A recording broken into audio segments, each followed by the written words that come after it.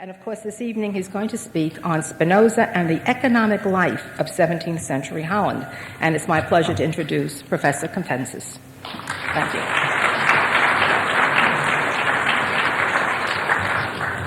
Well, thank you very much, Natalie, and I'm very happy to be here. And I think that perhaps the spirit of Spinoza has brought you here, and I would like to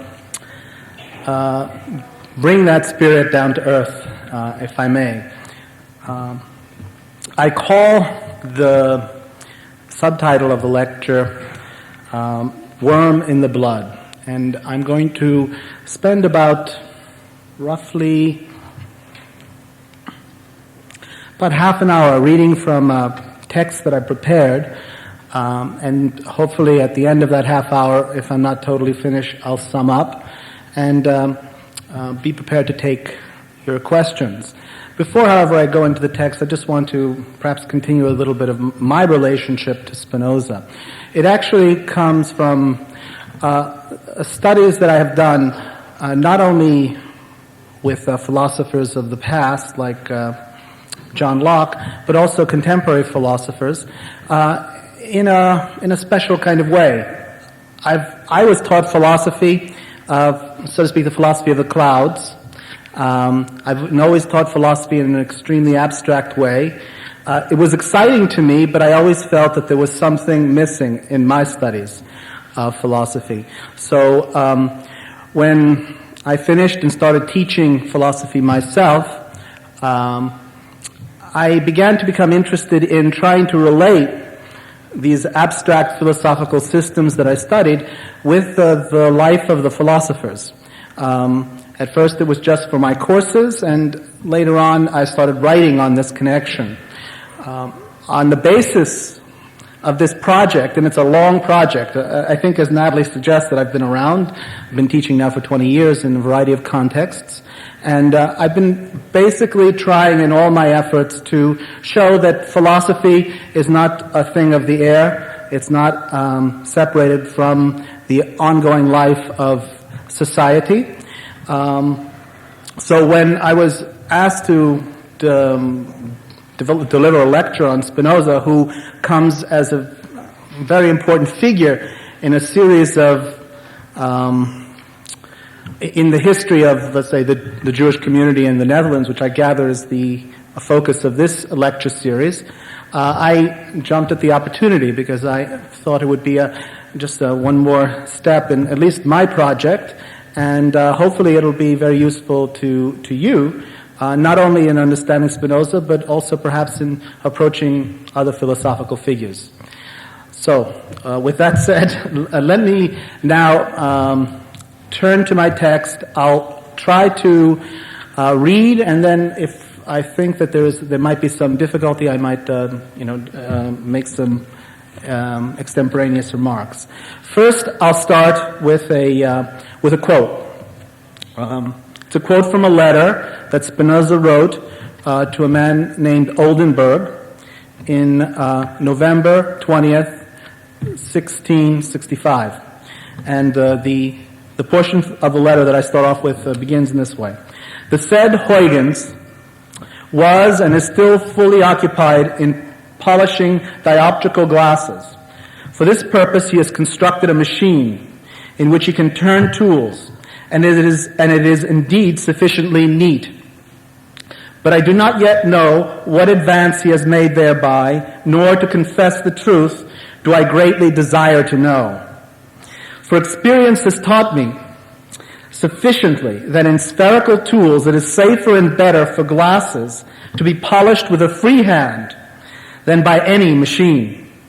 Of the success of pendulums and the date of his moving to France, I cannot as yet write anything certain. That's a paragraph, it's one of the ending paragraphs of this letter, a very famous letter. I will examine this letter in the course of the talk to establish an important point concerning the study of philosophy.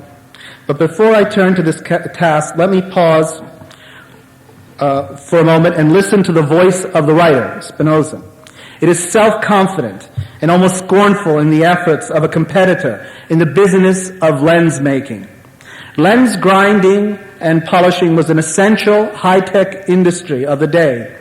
For lenses were something like 17th century computer chips, in that they appeared in many of the most important scientific, mercantile, and military instruments of the day, from telescopes and binoculars to microscopes and spectacles. It is not surprising that many in the industry, like Christian Huygens, would be looking for a way to increase lens-making productivity and lower the cost of production. Hence, Huygens' machine that Spinoza refers to in the letter. Spinoza's response to the machine is one that we have heard from artisans frequently in the past few hundred years. Better the free hand than the machine. It is also based on a curious mixture of a priori and a posteriori reasoning. Weavers, watchmakers, and other skilled workers have profit in the face of a new technology. Experience has taught me that the free hand is better, but I do not greatly desire to know what advances the machine has made. In other words, experience has taught me I need experience no longer.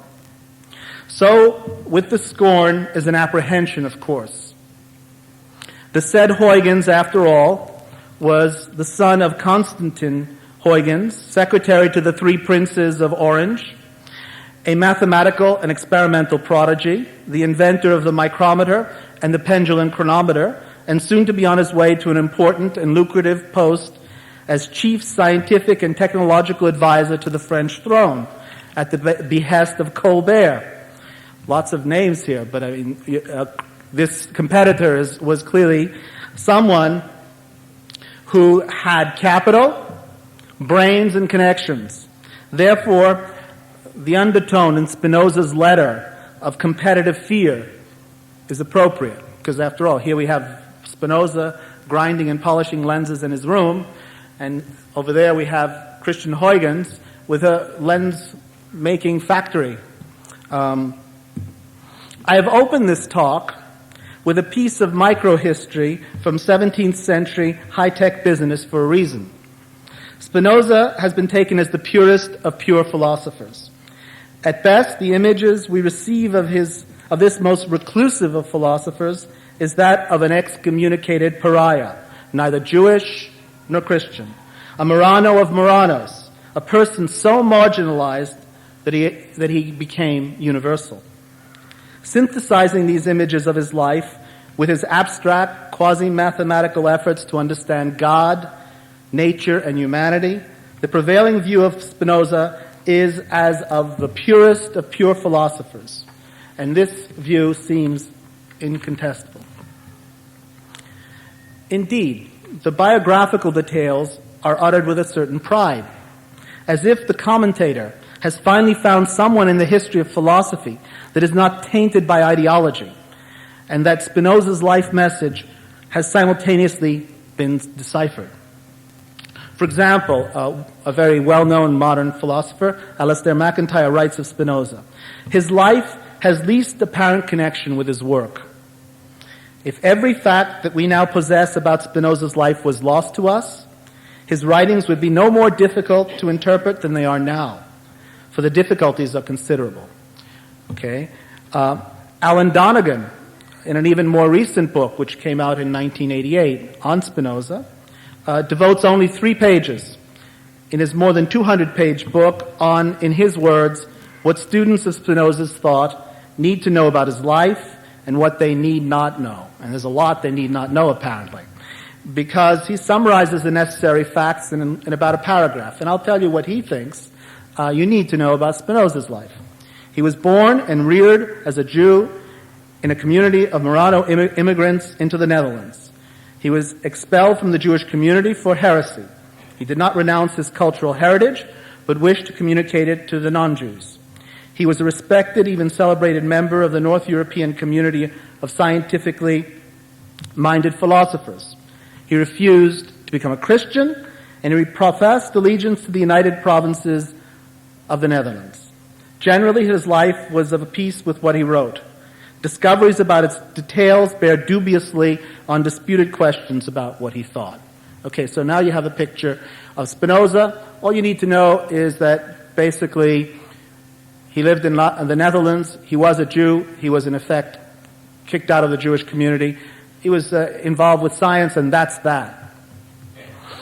It is important to note that Donegan does not list the ways in which Spinoza endeavored to survive among the necessary facts of life. You've noticed that we don't know how he ever got any money, how he lived, as they say. This apparently is not a necessary fact of life for Spinoza. Well, I disagree. In this talk, I will argue that a knowledge of these facts will be of the essence in explaining some disputed questions about what he thought. To do this, I will examine further the letter to Henry Oldenburg, a part of which I quoted in the opening of this paper.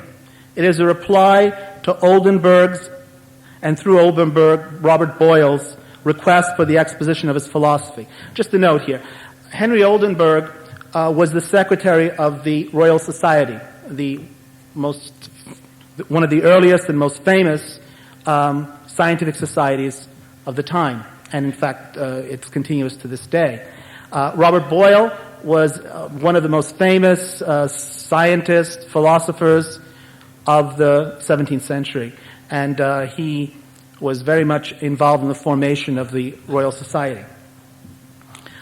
Now, the letter that I've just quoted from is a response to a request by Oldenburg to Spinoza that Spinoza explain his philosophy. Especially, do we warmly beseech you to communicate it to us if you see any light on that most difficult investigation, which turns on the question of our knowing how each part of nature accords with the whole of it, and in what way it is connected with all the other parts. Okay? This is the question, part and whole, a very old philosophical question.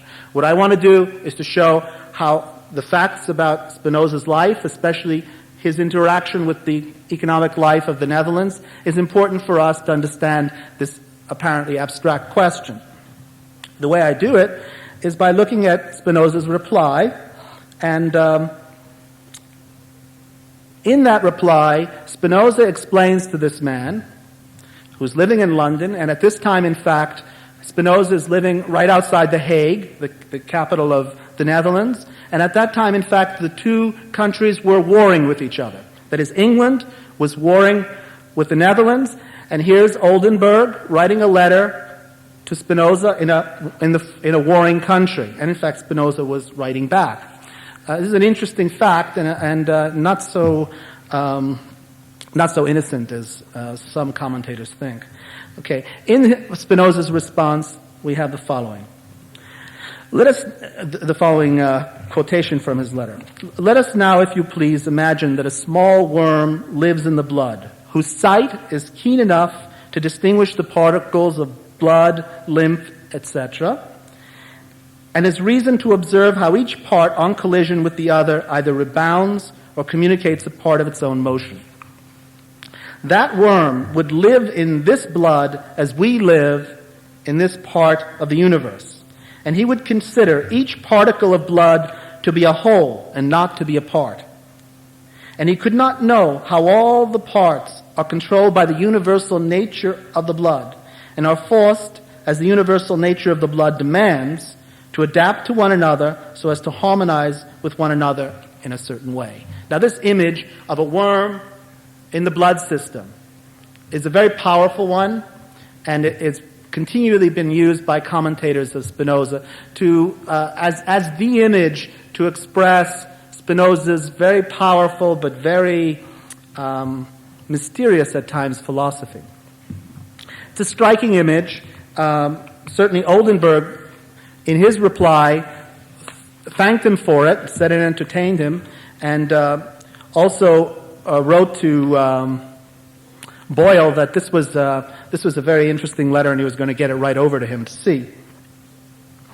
However, Oldenburg was a little critical, and he said, in terms of his reply, I do not follow sufficiently how we can exclude order and symmetry from nature as you seem to do. This is a part of Spinoza's philosophy. When Spinoza writes to him and says, to Oldenburg and says, look, when you see order, that's your That's your response. It's in your own imagination. In fact, ultimately, when you see good and evil, when you see all the moral and aesthetic characteristics of the world, they're not in the world. They're at best in your own imagination. This upset Oldenburg. Indeed, there is much else about this exposition of this purest of pure philosophers that might trouble someone like Oldenburg. Why are we, there's all of us here, like worms? Why is this part of the universe like the blood? Moreover, why does Spinoza's extended metaphor imply for Oldenburg an exclusion of order from nature? These questions can, of course, be dealt with on the basis of his writing concerning the whole in other parts of his work. Thus, for example, we can see that by his adamant refusal to identify substance with anything but God or nature, and by the way, Spinoza, it's one of the reasons why he was in effect kicked out of the Jewish community, is that he doesn't make any distinction between God and nature. They're the same thing as far as Spinoza is concerned. The only whole in the world is God or nature. Everything else, you, me, this, everything else is a part. Although you perhaps think you're a whole, I think I'm a whole, that's not true. Okay? This vision of God and nature as the only thing that makes sense ultimately in and of itself is a very powerful one, but a very strange one. And in a way, in Spinoza's thought is an extremely forward-looking thought, a kind of thought that ultimately I think only begins to get understood in the 19th and into the 20th century. That's why I suppose Oldenburg was a little bit confused. Perhaps Oldenburg's demand for order and symmetry rose out of a demand for a more clearly defined hierarchy that would place the relation of part to a whole to a moral political system. But however hard we look in Spinoza's work, there is no clue for the worm in the blood image. Where does it come from? Why does it trigger Oldenburg's anxiety? It is here that my claim for the importance of knowledge concerning Spinoza's place in the economic life of Holland is relevant. Okay? Indeed, if we do not see in his economic activity an essential clue to the understanding of his work would be decisively refuted. Okay. Now, let me explain to you the three ways in which Spinoza made money. There are three ways in which Spinoza actually received money necessary to live in the extended, extremely monetarized Dutch economy of his day. First, from his 10th year until his 23rd, at least, Spinoza was an apprentice and then a full-fledged merchant and middleman in the import-export trade and money market of Amsterdam. He was an apprentice to his father Michael, who was a moderately successful merchant. And I use the word merchant in quotation marks because the actual activity involved transactions for very generalized commodities, not for any particular type of commodity. I'll give you some examples in a minute. Merchant born in Portugal and involved in, for example, importing raisins from Malaga in Spain and sugar from Brazil. Now, after Michael's death in 1654, Spinoza went into partnership with his brother Gabriel, continuing the import-export trade of their father and taking over vessel briefs, in effect being collection agents in the frequently forfeiting world of international exchange. This is early period where, still checks bounce, right? And promissory notes don't come through with the promises, and people have to collect. So, in fact, much of the work of Spinoza, Baruch, and his brother Gabriel were to actually go about and try to collect on promissory notes made by merchants in Amsterdam to other merchants all around the world. So they had a rather wide experience, as you can imagine. One important consequence of Spinoza's herem, that is the excommunication, as it's called as it's usually called in English, in 1656, was the loss of his access to the complex network of economic relations between Africa, the Iberian Peninsula, the Caribbean, and South America afforded him by being a member of the Jewish community of Amsterdam. As you can see, once he stopped being a member of that community, that vast network of immediate connections was lost. This loss meant the end of his part in the mercantile world. We shall see, however, that this personal experience in the world market would be central to his understanding of God or nature. The second method by which Spinoza endeavored to live was, as we saw in the beginning of this paper, as an artisan in one of the most competitive industries of the world market, the grinding and polishing of lenses. This work would also give Spinoza an insight into a new micro-world of minute bodies, as Robert Hooke put it in the title of his book, Micrographia, which had just came out in 1665. And that was possible because of industry of people like Spinoza. Okay, here you can imagine what's happening at this time, where with the microscope, suddenly people are looking at, for example, pieces of wood and discovering worlds, but even more importantly, they're beginning to look at themselves through the microscope. There's a fascinating description of, I believe it was Hooke, who took out a bit of plaque from his teeth and then put it under the microscope, and to his horror but fascination, saw worms in the plaque. All right? This new self-investigation under these new instruments was creating a totally new way of understanding the body. Now, the final channel, the final way in which Spinoza got an income was via pensions. His friends and disciples provided him with a modest income. For example, one of his most devoted followers, the Amsterdam merchant Simon de Vries, arranged for an annuity of 500 florins, which Spinoza voluntarily decreased to 300. Indeed, Spinoza's first biographer, Lucas, claimed that Jan de Witt, in effect the prime minister of Holland at the time, had given Spinoza a pension of 200 francs. Whether this was true or not, and this is a matter of contention, there is no doubt that Spinoza was supported financially by many influential figures in the ruling circles around de Witt, like Hud, the mayor of Leiden, Berg, the treasurer general of the United Netherlands, Bunigin, the mayor of Amsterdam, and Boxel, the pensionary of Gorkum. Summing the annuities, pensions, and lens sales together would most probably have given the mature Spinoza's annual income put it on par with the roughly 600 florins annual income of the man who excommunicated him, the High Rabbi Saul Levi Mortira, that sum that he got from the holy Jewish community of Amsterdam. So he was not poor. He was not lonely. Frequently we have this image of a reclusive philosopher, of a person who was ruining his health by grinding lenses because he had no money.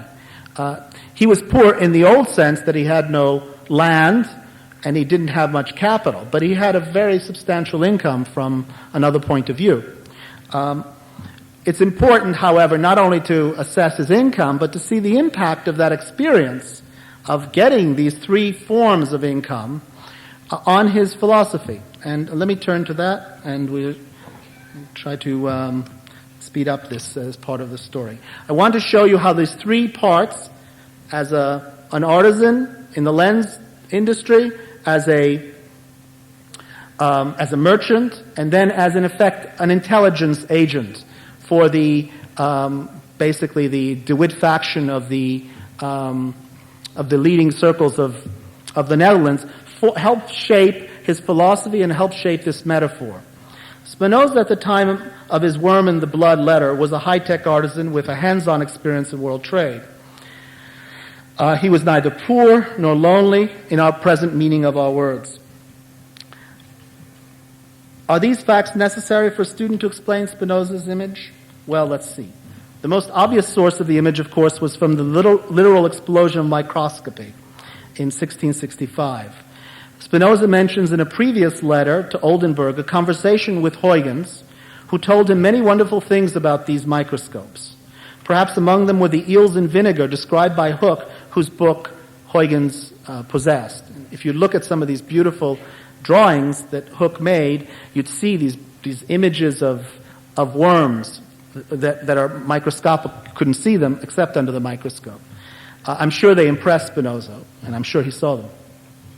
But why does Spinoza place his worm in blood? Blood was for many in the 17th century the locus of the union between body and soul. The most famous contemporary student of the blood, William Harvey, argued thus in his last book in 1651. The blood is the prime genital part, whence the soul primarily results. The blood lives and is nourished of itself, and no way depend upon other parts of the body, as elder or worthier than itself. Indeed, Dr. John Cullop versified Harvey in 1656 thus: the blood, sunlight, gives motion, life, and sense. Distinct from blood, who can the soul aught call? Harvey's primacy of the blood and its intimate relationship to the soul was not new.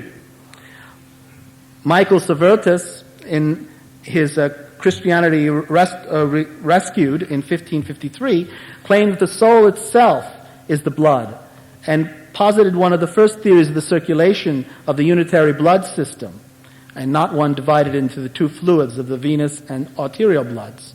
He became famous, or rather infamous, because Calvin himself tried him for the heretical implications of his teachings and had him burned at the stake.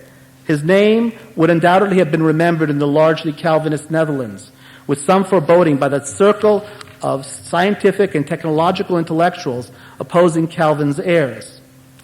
The implication that brought Servetus to his death was that if blood and the soul are identified, then the death of the body and the cessation of circulation would mean the death of the soul. These implications are, however, exactly what Spinoza claimed in his metaphysical critique. They would undoubtedly have struck Oldenburg, who was a careful student of Spinoza's differences with that most famous philosopher of the 17th century, Descartes. The worm, therefore, is an active, living fluid that was both body and mind. Hence, we've established one reason for Spinoza's use of the blood in the metaphor. Okay, let me jump a little bit. We have now seen the source of Spinoza's metaphor in his work as an artisan, supplier of the instruments of the modern study of the blood. Okay? But there's another layer in the metaphor that would have been understood by Oldenburg, which has its roots in another aspect of Spinoza's involvement in the economic life of the Netherlands. This was the period when the notion of the circular flow of economic life was becoming a commonplace. In a notorious book printed in 1651, Leviathan, written by a philosopher Spinoza studied scrupulously, Thomas Hobbes, money, the blood of the commonwealth, is a section heading. Hobbes writes here, by concoction, I understand the reducing of all commodities which are not presently consumed, but reserved for nourishment in time to come, to something of equal value, and withal so portable as not to hinder the motion of men from place to place. You see it, how blood allows life to go on in the economic life, in the economic system. How money is the blood of the economic system. And this is nothing else but gold and silver and money.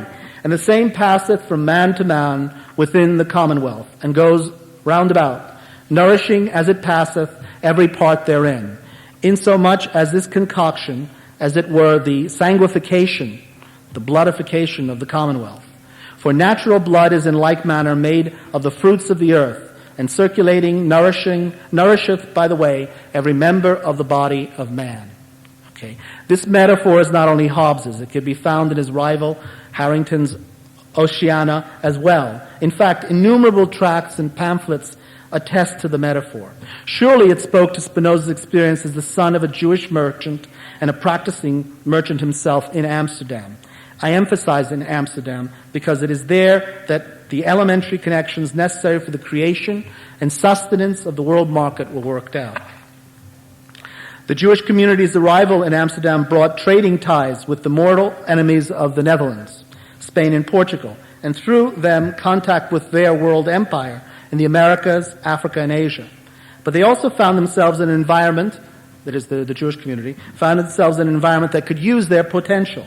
For the Dutch had begun to form a conception of a high-tech world trade economy not limited by the givens of the natural economy, of the natural economy. Something like perhaps a contemporary Japan was what the Netherlands was forming as. Their very success in draining sea-covered land showed the dramatic power of scientifically applied labor to destroy one of the most hallowed constants of nature, the fixity of land. This is like a miracle, right? In the past, they said land, it's there, it's a constant. But in fact, in the Netherlands, the work of the engineers, the work of the laborers created land and showed that one of the most basic limitations of economic life could be overcome by the application of science and labor. This really boggled the mind of many, let me assure you. But even more dramatically, they showed how a mastery of the circular flow of trade and the instruments of exchange can almost paradoxically create wealth from literally no thing. This was noted by many, including William Temple, but I won't go into it because I want to speed on and at least finish within my, if not half hour, 40 minutes. Spinoza developed his philosophy in the context of the direct experience of the world market. Consequently, the metaphor of the worm and the blood reflects the economic dimension of acting in such a market as much as it intersects with physiological and micrographical thought of the 17th century. Okay, excuse me. For Spinoza presents an image of perpetual exchange and activity, colliding, rebounding, communicating. But the power and discipline of operating in a world market force the agent to make a very mediated response to experience. In order to do business in such a context, one cannot attribute wholeness to the units of economic life that live in this part of the universe. Indeed, this loss of wholeness must be applied to the self. In other words, if you're a merchant in such an environment, you can't just simply go on the basis of what's happening immediately around you. You must have a sense of the whole, or in fact, you'll lose money. This is an experience that Spinoza had a direct knowledge of. For the wise merchant will not get lost in the round of immediate business transactions. He or she will understand that all the emotional depressions and manias that pass through the circulatory system of the world market do not have the final source in any particular originary event. It is the system as a whole that is determining the parts, and not the apparent wholes, the whole. Hence, Spinoza's rejection of what for him would be Oldenburg's emotional demand for order, for symmetry, since things cannot, except with respect to our imagination, be called beautiful or ugly, ordered or confused. Oldenburg, the anglicized German, still had much to learn from the rigors of the world market. We have now seen the twofold meaning of the blood in Spinoza's metaphor, having its roots in the new research on the body as well as the new experience of the world market. But what of that other element in the metaphor, the allegory, the worm? It is definitely not the medieval worm that appears in the corpse in the after hour of death to reveal the vain veil of tears of human existence. Microscopy, on the contrary, revealed for all to see that worms are essential constituents of the living, functioning body. In fact, in 1677, for example, the worm in the sperm was discovered, right? This was a period when worms were beginning to be seen as the essence of life and not the essence of death. There was, however, a sort of worm in the vicinity of the writer, indeed, on his writing desk. We have a pretty clear idea that this is true. Spinoza had a ring seal shaped as a snake eating its tail. I'm sure you've seen this image. Okay. And this seal ring had the inscription of along with his initials of the Latin word caute, which is the word for beware or be cautious. And it's a double meaning, of course, you can hear. I beware, but you beware of me. This piece of jewelry excited much comment and was one of the few extravagances Spinoza spared for himself. What is the relationship between the worm and the blood and the circular infinite snake in Spinoza's writing desk? The worm has a keen sight and reason and is a sort of spy in the circulatory system. He sees divisions, that is the worm in the image. He sees divisions. You can see the worm now, seeing the different particles of the blood bouncing around. He sees divisions, struggles, and reconciliations among the factions of the blood. He is full of information and intelligence about things other than himself, which he believes to be self-determining wholes. But he is, for all his intelligence, abysmally wrong. He is not cautious enough. For not only does the worm not see the circulatory system of the blood he is part of, he does not see and distinguish the larger system which controls the laws of the nature of blood. For everybody, this is a quote from Spinoza, for everybody, insofar as it exists, modified in a certain way, must be considered to be part of the whole universe, to be in accord with the whole of it, and to be connected with every other part. Thus, though the worm is stuck with the details of the chyle, lymph, and blood particles, Spinoza, the snake that bites its tail, reflecting on the worm, passes from it to the blood system, to the human body, to the infinitely powerful nature or God, and then back to the worm. That's the kind of understanding that Spinoza says is what we need. Okay. However, in 17th century discourse, God, or nature for Spinoza, is a synonym for the state, for the government, for the power of the government. The multiplicity of theological schemata of the time were used by government officials or aspiring government officials as paradigms for the architecture of the state. This is the third part of the story. Indeed, much of the work of 17th century intellectuals was the formation and simulated testing of these theological political models. People like Spinoza, Hobbes, Descartes, Leibniz, Locke, all the greats of 17th century philosophy, were in effect intelligence agents, though of course not only in the cloak and dagger fashion or tradition. This is why they invariably had direct economic relations to state planners, or indeed were state planners themselves, like Locke. Spinoza's worm in the blood image is of the typical intelligence agent of the 17th century, in the state machine, that views all about him as separate wholes. But the intelligence agent that observes the worm, whose blood it is the worm sees, presents another model of the state and intelligence. When Spinoza writes to Oldenburg, the worm would live in this blood as we live in this part of the universe, he is not being completely honest. Spinoza is not a member of the we, of the multitude. He has a notion of himself that is not that of a wormy intelligence. His model of the place of the intellectual in the power relations between human bodies and the state, or God, is quite different from the other models of the day. Spinoza develops for the DeWitt fraction, and perhaps I can say something about this in the question period. I'll take some time. The DeWitt faction of the mercantile oligarchs, whose power rested on controlling the exchange mechanisms of the world market, the state, and of the intellectual agent in the state. He communicated it to Oldenburg and to Boyle in the worm in the blood image, though with many reservations. Spinoza's model cannot be sketched out from the letter. For the worm is in me, and the worm is of me, but I am not the worm. The state is neither separated from human bodies, nor is it identified with them, for both such models are contradictory.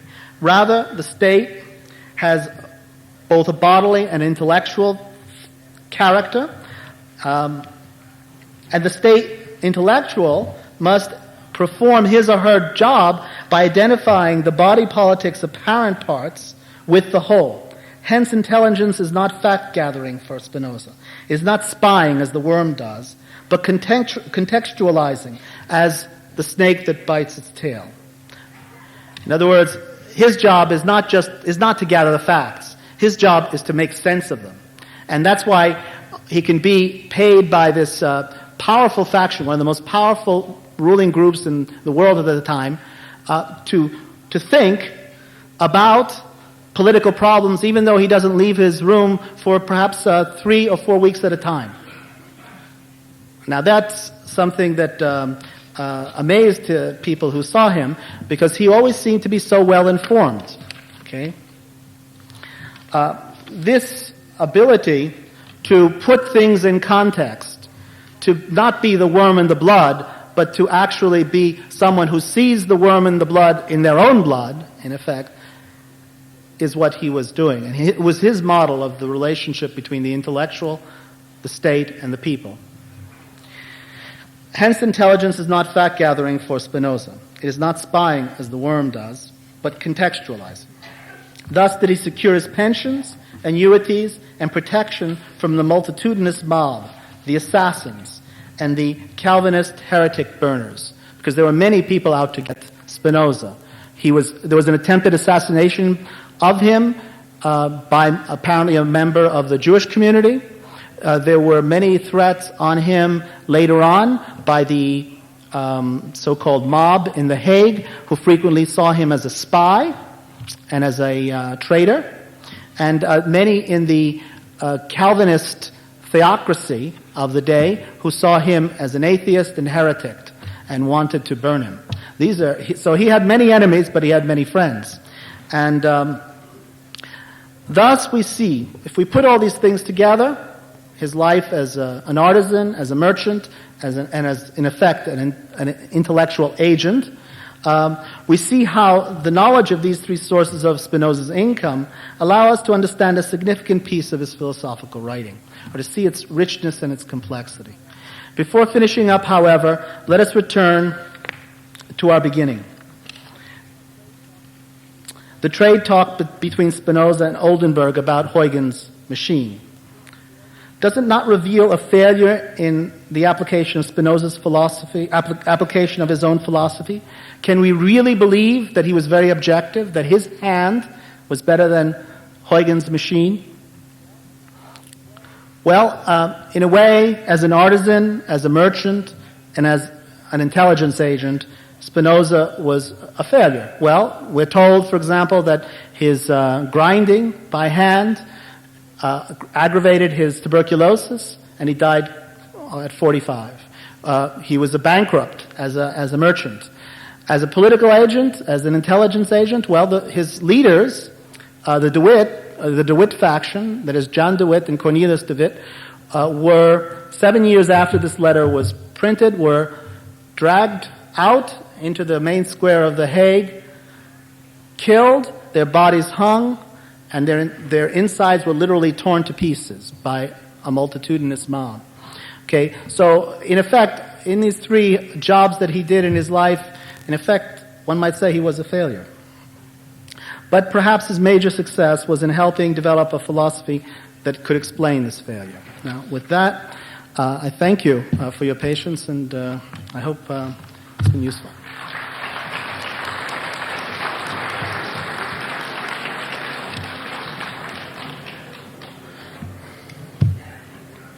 Okay, yeah. At the time of Huygens oil, the Royal Society was quantifying the legal laws. Now, how would Spinoza have fitted into that? Well, at this time, in the 17th century and the 1660s, with the formation of the Royal Society, the quantification of nature was one of the central activities of scientific intellectuals of the day. And how did Spinoza fit into this? Well, Spinoza, first and foremost, fit into it in so many different ways. And, well, let's just take the three ways that I started off with, looking at as an artisan, as a merchant, and as in effect a political intellectual agent. Okay, as an artisan, he was a student of optics. In fact, one of his most important, one of the reasons why he began to develop his work as an artisan was his interest in the mathematical structure of light and the mathematical physics of light. Okay, Huygens, one of the most well-known, for example, theorists of optics, all right, was very interested in Spinoza's work. In fact, he was always sending his brother over to speak to Spinoza, okay, and get tips from Spinoza. All right, because although Huygens was a high flyer, he knew that Spinoza had done important both practical and mathematical research in optics. He was very much also very much involved in the study of mechanics, as we might call it nowadays, especially as a critic of the mathematical physics of Descartes. So, as a merchant, of course, one thing that's going on at this time is the mathematical study of nature. But with the rise of the world market, with the rise of capitalist exchange relations, there was also the monetarization and therefore the quantification of life. Spinoza was very much part of this. His whole philosophy brings together this intellectuality that is so profound. I mean, this abstract intellectuality, the sense of the whole, separating out and repressing the emotions, right? This theme is very much connected up with something that, for example, one of the most famous philosophers of money in my field, George Simmel, writes that in a monetary economy, so to speak, the intellectual characteristics of the human being become more and more dominant. Okay? So in effect, his philosophy, Spinoza's philosophy, appears as a kind of forerunner of the type of mathematization of economic life that we now just think it's secondhand, right? And then finally, at this time, we have a word called statistics, right? Now, people forget that statistics begins with the word state. It's no accident, because statistics are, in effect, numbers useful to the state. All right? And at this time, statistics was being formed. Jan de Witt, for example, the man who was literally the prime minister of the Netherlands, was one of the important contributors to the development of statistics. And apparently, Spinoza was involved in this circle of discussion that was in the process of creating the science of statistics. So in this way, he's very much part of the story of money, not only of number, not only as a measure of nature, but a measure of economic and political life, which now seems we almost have to rebel against it, right? But for them, at this time, was the exciting new thing. So that's how I would go. Yeah? Did Spinoza think of himself as a philosopher, or was that just an appellation of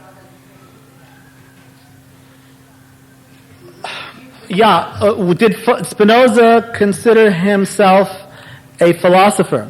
Well, yes and no, okay? And I think this is part of the word philosopher and the word philosophy at this time. We must remember, I'm a philosopher. I teach philosophy, okay?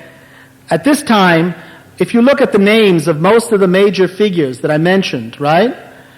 Almost none of them taught in a university, okay? Descartes, Locke, Leibniz, Spinoza himself. None of these people were university intellectuals. So philosophy, which we now consider something you take as an introductory course in your university training, that wasn't what it was about. Okay? So on one side, most of the creative philosophy was being done outside the university. On the other side, philosophy itself was almost everything. Okay, for example, physics. At that time, if you wrote a book in physics, we called natural philosophy, right? Or mechanical philosophy, right? So the discipline of philosophy itself at this time was very different from the way we know it and the way I know it now, for example. So to say, yes, I would say much of what Spinoza was doing, he would count as philosophy, for sure. But what he meant by that was different than what we mean, okay? Yeah?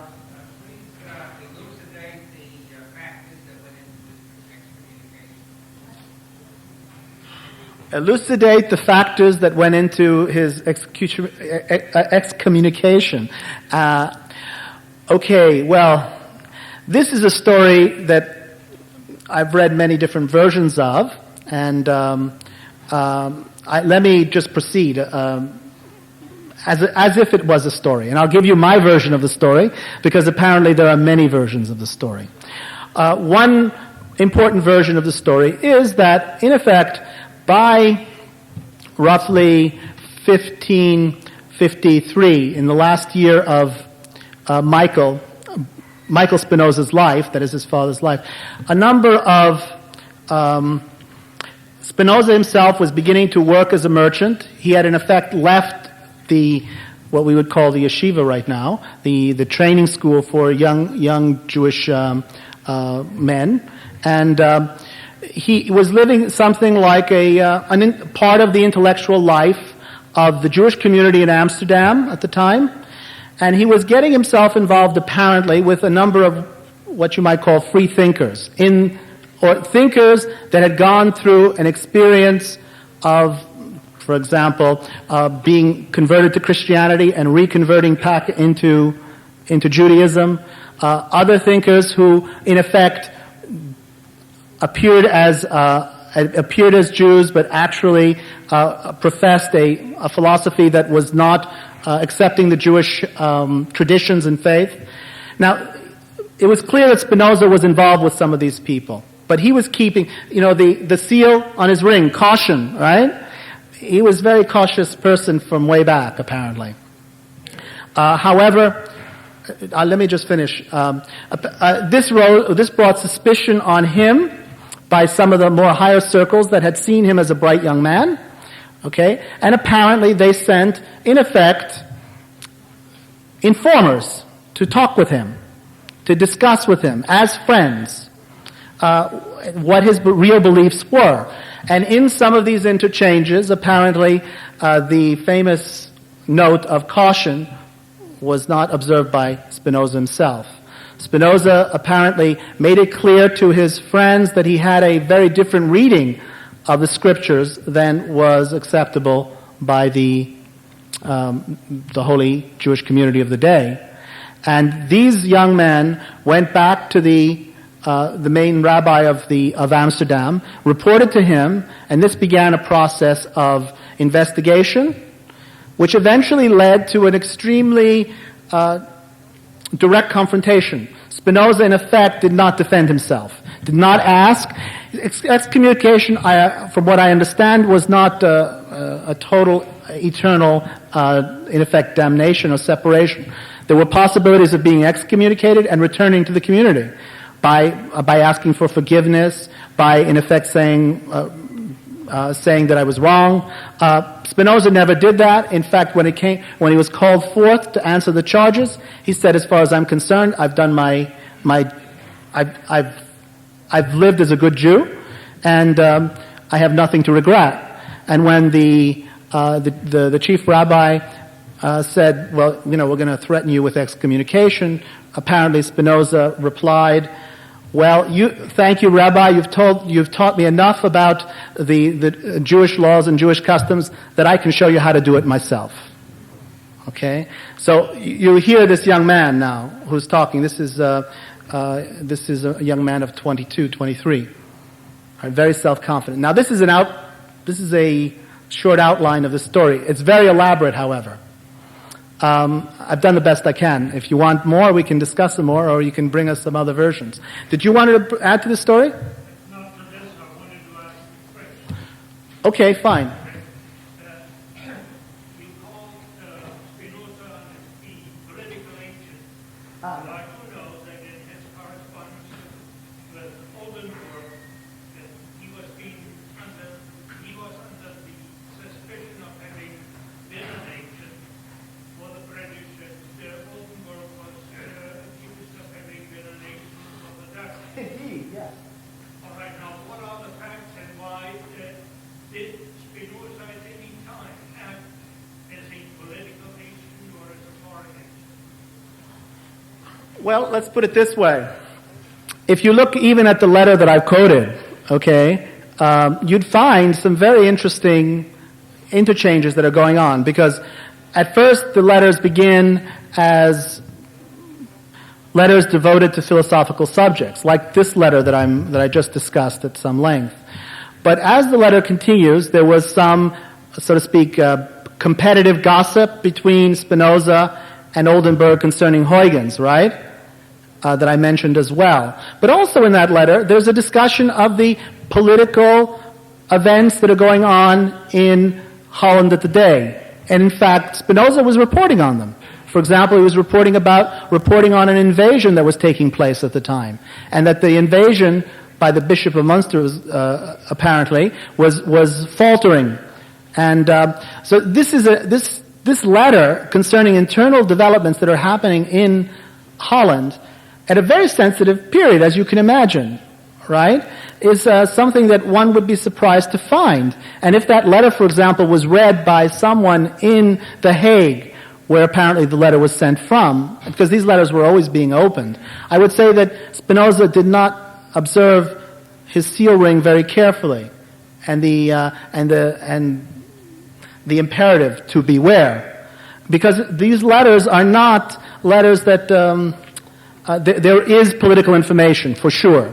And you're quite right, Oldenburg, one of the reasons why this correspondence between Oldenburg and Spinoza ends with Oldenburg's immediate response in December of 65 was that in fact Oldenburg becomes under suspicion by Charles II, and eventually he spends time in the Tower of London under potential threat of death. So in Spinoza's life, however, as a quote-unquote intelligence agent, I'm putting the emphasis on intelligence, and also a bit on agent, but let's start with the intelligence first. He was very clearly involved in the ruling circle of Holland that was attached to Jan de Witt. This is no doubt about it. Now, whether de Witt actually gave him a pension or not is a matter of historical and scholarly dispute at this moment.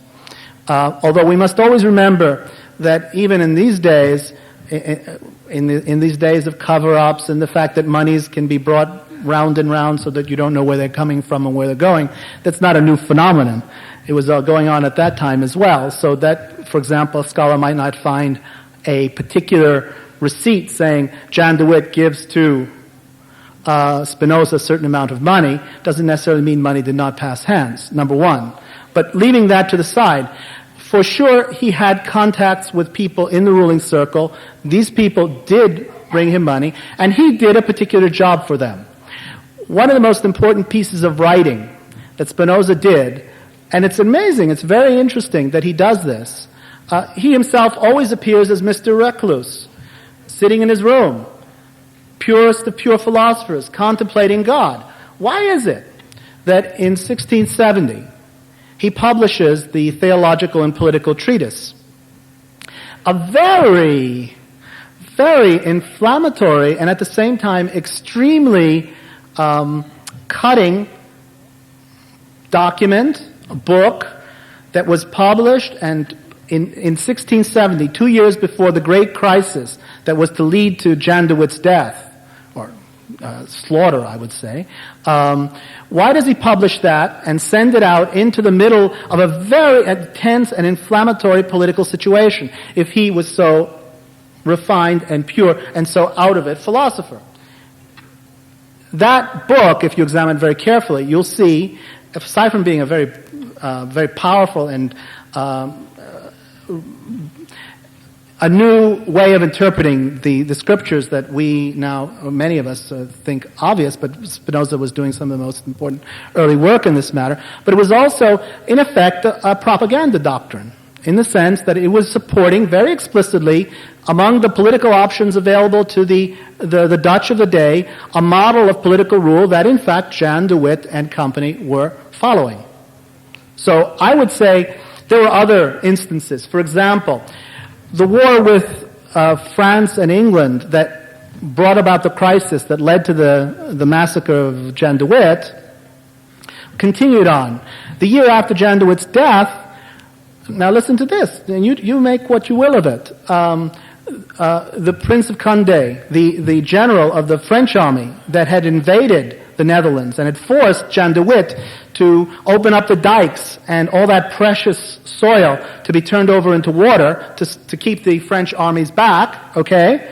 A year after Jan de Witt's death, Spinoza is invited to meet with the prince, okay? And all of a sudden, this recluse philosopher decides to spend a few weeks, in effect, in the camp of the general of the foreign army that is invading the country which he presumably has expressed loyalty to.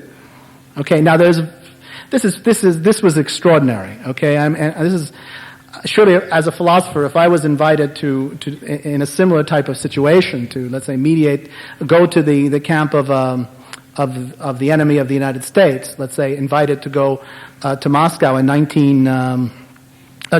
to go to Moscow in 1947-48 for consultations, all right? People would say, George is doing something involving political activity, right? I think that's self-evident.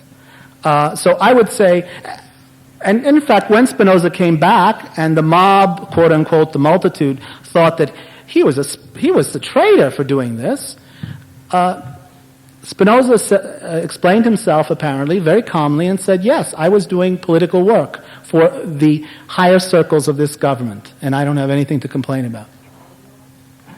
Well, as far as I'm concerned, when I say this,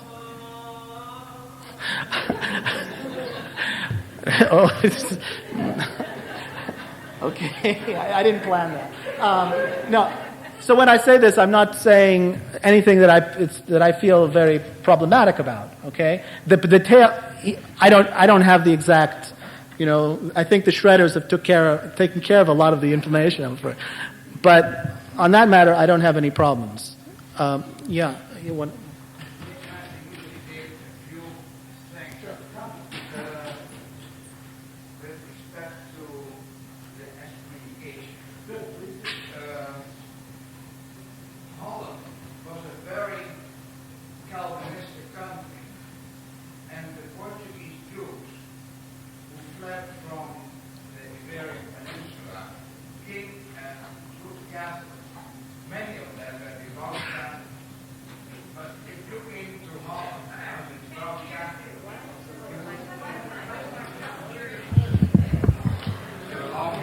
My pleasure, come.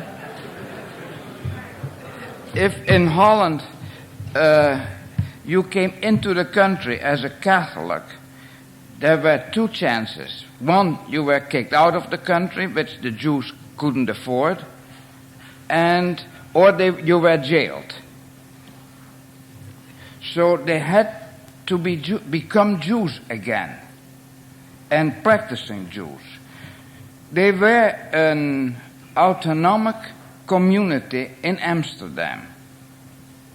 They had their own, quote, government. The trustees of the Portuguese congregation, which they called the Portuguese nation, they were responsible to the civilian authorities of Amsterdam, the Calvinistic authorities, that there would be order and rule in that community.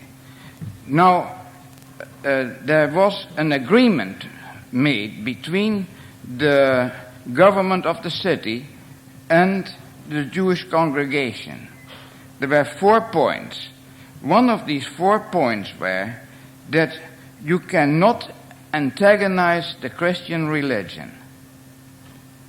And what Spinoza proclaimed was not only anti-Jewish, it was also anti-Christian, anti-Calvinistic.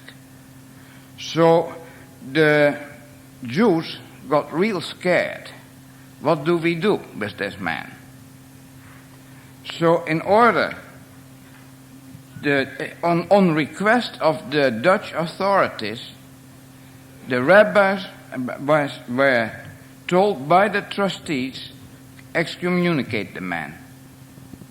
Then we have done what we could. That's the reason. Thank you.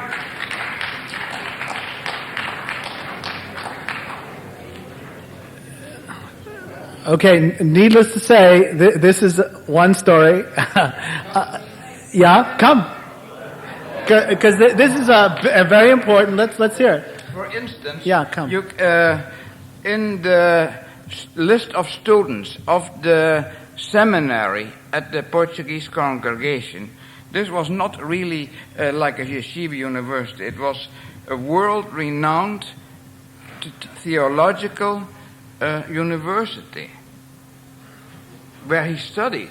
And you see in the list, his name is scratched out, but you can still see there was Baruch de Spinoza. There's Spinoza. So he got most of his education in this school, in this world-famous school at the time. Oh yeah, no. What I want to say is that he himself, and remember, the authorities of Amsterdam were not just the Calvinists. There was a battle going on now. Oh yeah, in Amsterdam itself, yeah. And that's one of the reasons why Spinoza managed to survive. All right, because of the remonstrance and the strength and the. Not only that, but also what was happening here was that the Witt faction, which begins to take power. Yeah. In exactly this time, DeWitt takes power in 52, Correct. And the Heron takes place in 56, if I remember correctly. All right, so at this time, John DeWitt is beginning a battle against the Calvinists themselves. I see. And so what's beginning to happen now is in fact, although the Spinoza is seen not only as anti-Jewish but anti-Christian. At the same time, those who are now beginning to fight against the Calvinists among the Dutch themselves see in Spinoza a potential intellectual ally. And it's one of the reasons why he manages to survive. And there was another reason also. The Wits, excuse me, the Wits were Republicans, what we would call today Republicans. And as times became worse and worse, they had previously kicked out the House of Orange. They wanted the House of Orange back. So you had two parties, the Republicans and the pro-Orange people.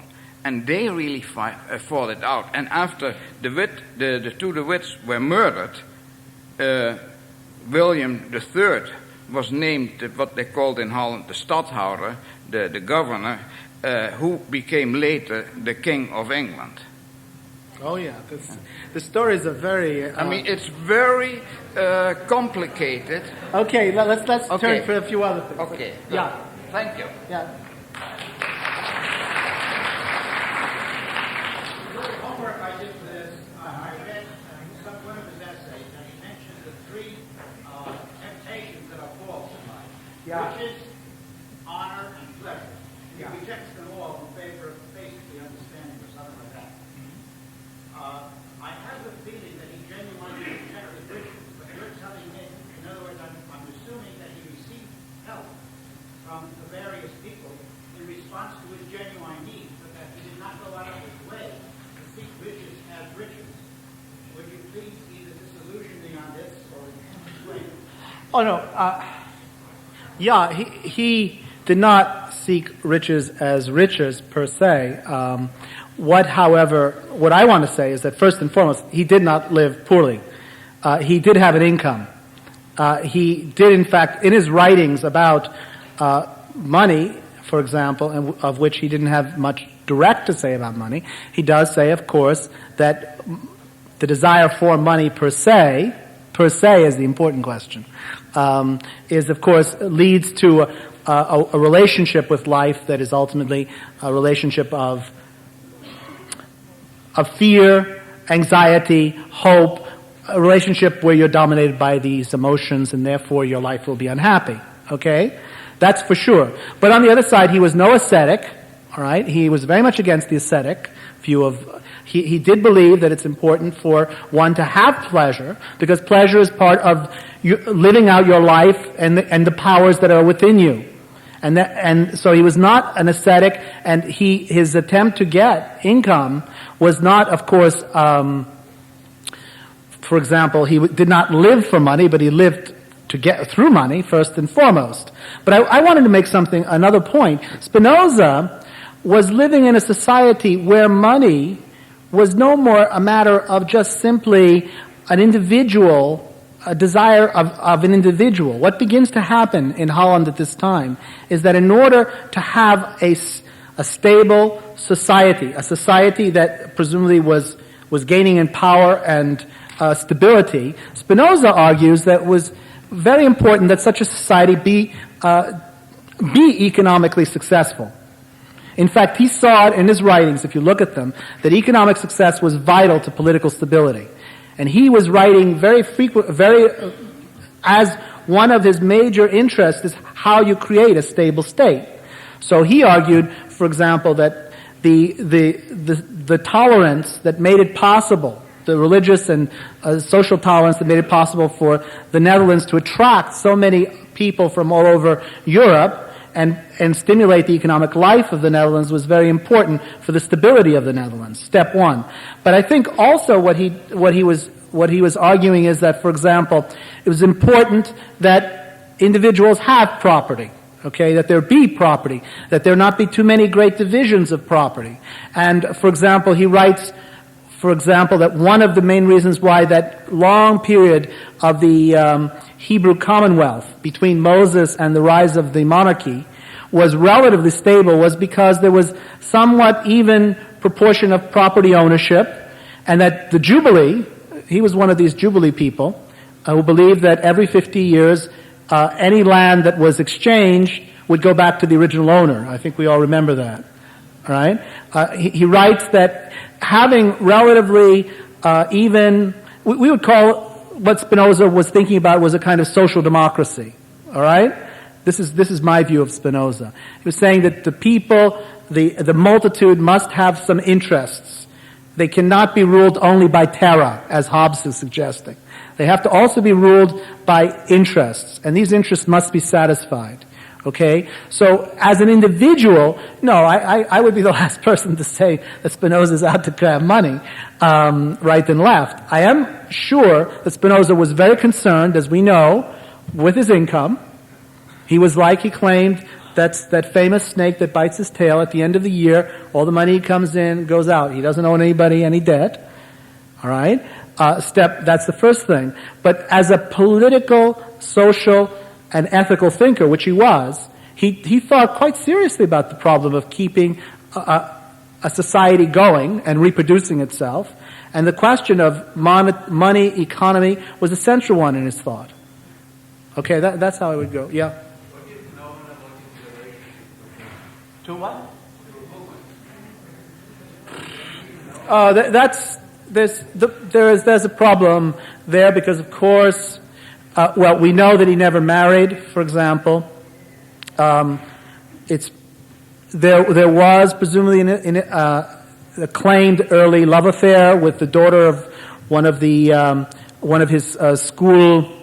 his teachers, basically. When he left the Jewish community and studied Latin, he went into a small academy, and his teacher had a daughter, and apparently there was a claimed love affair. Now that could be just pure, I think, legend, or okay.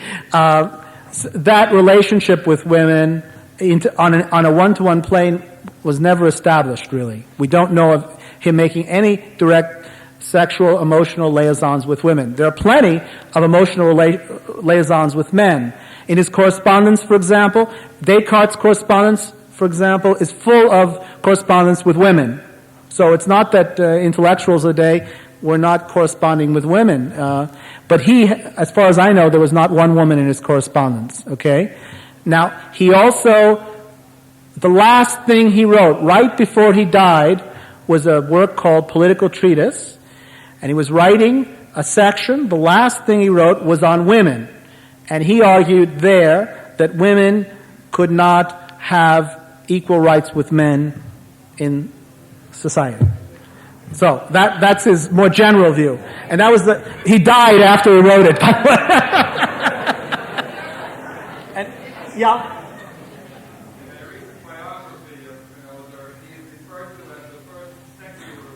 Yeah.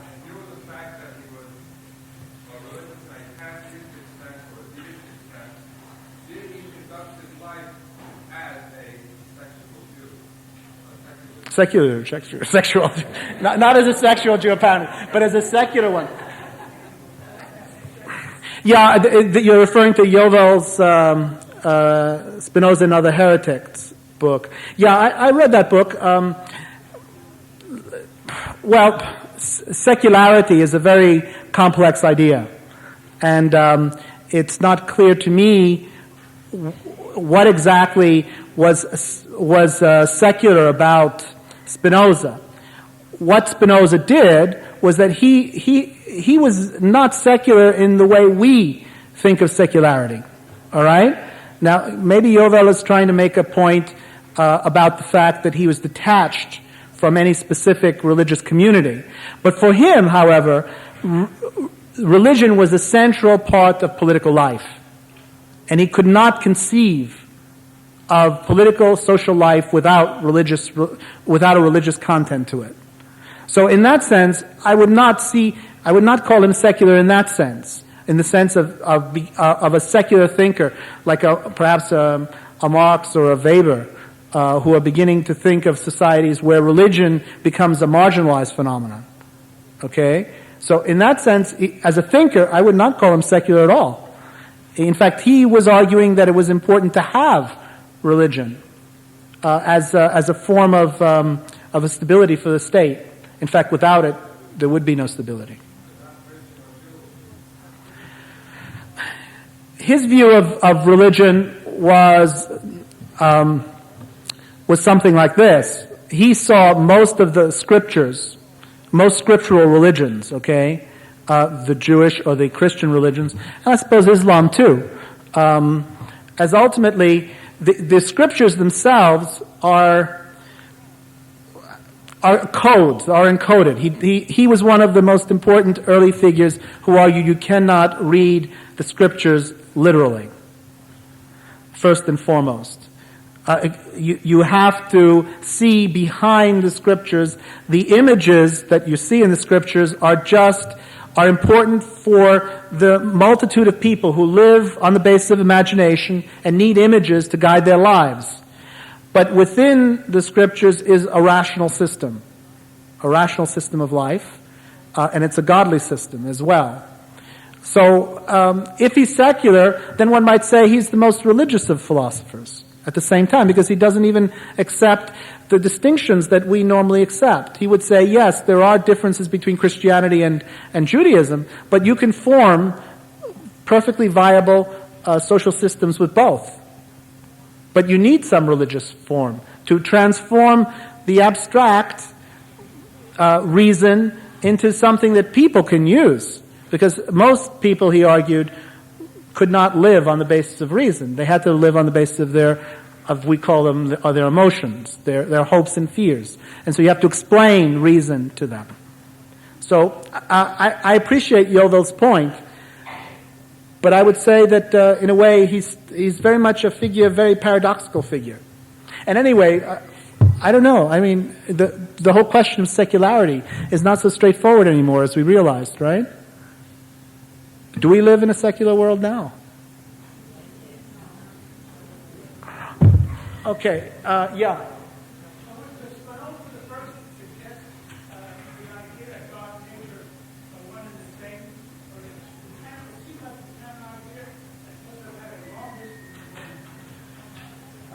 Yeah, it has a long history, and I think as the gentleman pointed out there's a notion of pantheism. It's a Greek word and refers back to certainly the Greek tradition.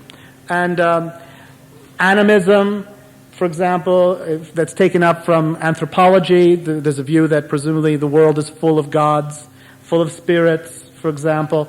Such views are have a history that go back long before even perhaps of scriptures, the existence of scriptures. So what I would say, however, was that there's no way you could call Spinoza a pantheist in the old sense. Because the pantheist would say, you see this book, you see this watch, you see my jacket, they have gods in them. There are gods in them. There's divinity in them. Okay, now for Spinoza, I think Spinoza would say, yes, God is in everything, but actually God is in nothing either. Because God is the whole, and everything that we see is a part of the whole. So God is not in the whole. In this period of time, pantheism, in the older sense, was a very common belief among a group of philosophers that we were associated with the Renaissance, with what you might call the occult philosophy of the day, where there was a view that the world was full of spirits that you could manipulate, that, for example, the stars had a direct influence on us and on the behavior of plants and animals. The world was, in effect, spiritualized for them. Spinoza was not was an antagonist to such views. He was very anxious to argue that there were no correspondences between the microcosm, my body, let's say, and the universe. Although, for example, those who were writing in the occult tradition were saying, yes, the body and the bodily fluids, for example, were connected up with the way the stars were moving. Now that view is totally rejected by Spinoza. In fact, his whole philosophy, in one sense, is totally anti-pantheistic in that sense. Although, again, you can see why people have called him a pantheist. Okay, so, again, I'm sorry I can't give you he is and he isn't in that sense. Yeah?